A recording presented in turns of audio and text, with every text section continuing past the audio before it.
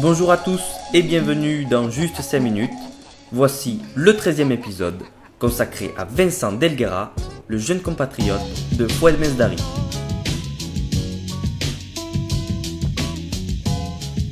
Le Marseillais est impressionnant.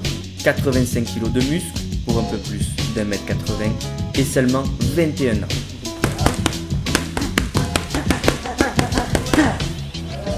Bonsoir, je m'appelle Delguera Vincent, j'ai 21 ans, je suis de la Judo Academy Marseille, voilà.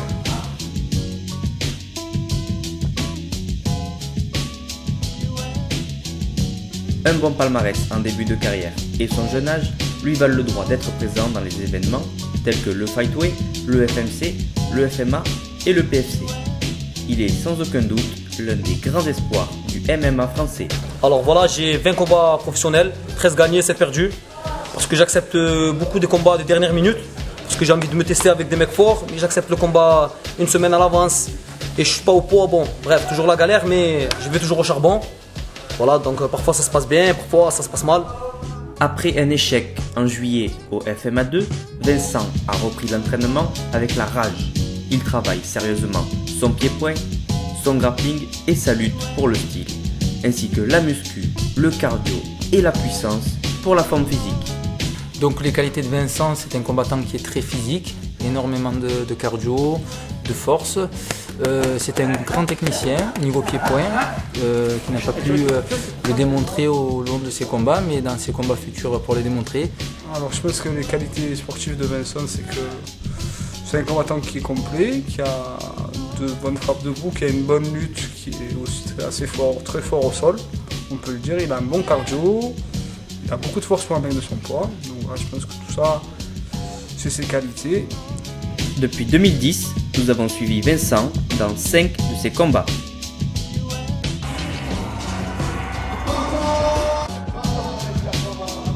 L'année passée, au PFC, Vincent Delguera affrontait Gary Kono.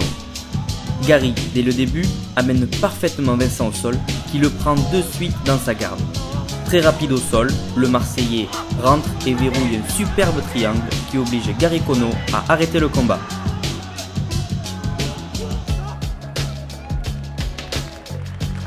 En juin, Vincent affrontait Cédric Séverac au FMC 2.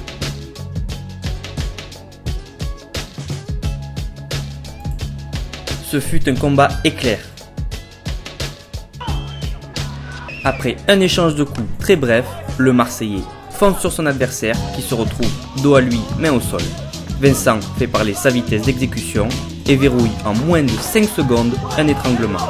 L'arbitre laisse logiquement continuer, l'adversaire n'est pas décidé à taper, ce n'est donc plus qu'une question de temps. En une dizaine de secondes, Séverac est victime d'un évanouissement, l'arbitre stoppe le combat, Vincent est déclaré vainqueur. En 2011, celui qu'on nomme le Warrior s'offre le tournoi du PFC 3. En demi-finale, il affronte Hafid Redaouia. Un combat que le Marseillais domine encore au sol suite à une projection. Il finalise son travail par une clé du bras gauche de son adversaire.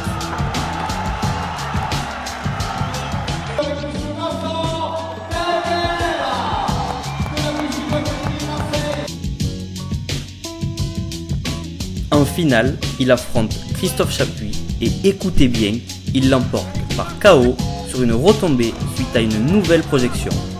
La lutte de Vincent Delguera est vraiment très efficace. Elle lui vaut en partie jusqu'ici toutes ses victoires.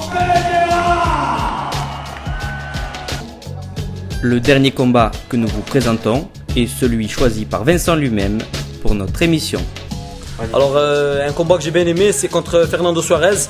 C'est la seule fois, je crois que cette année, sur au moins 13 combats que j'ai fait, c'est la seule fois où j'ai sorti ma boxe. Et ça a payé, ça, là, j'ai fini par un KO, j'ai gagné par KO. Donc si je sors ma boxe plus souvent, je pense pouvoir arriver plus souvent à ce résultat. Dès le début, le Marseillais est confiant. Ce super high kick témoigne bien de sa décontraction. Celui-ci domine même les débats au sol. Mais c'est sa boxe pied-point qui est mise en valeur dans ce combat. 2 coups de genou à la face, suivi d'un long direct du gauche, envoie Suarez au tapis. Vincent a encore fait parler de son talent en s'imposant en moins de 2 minutes.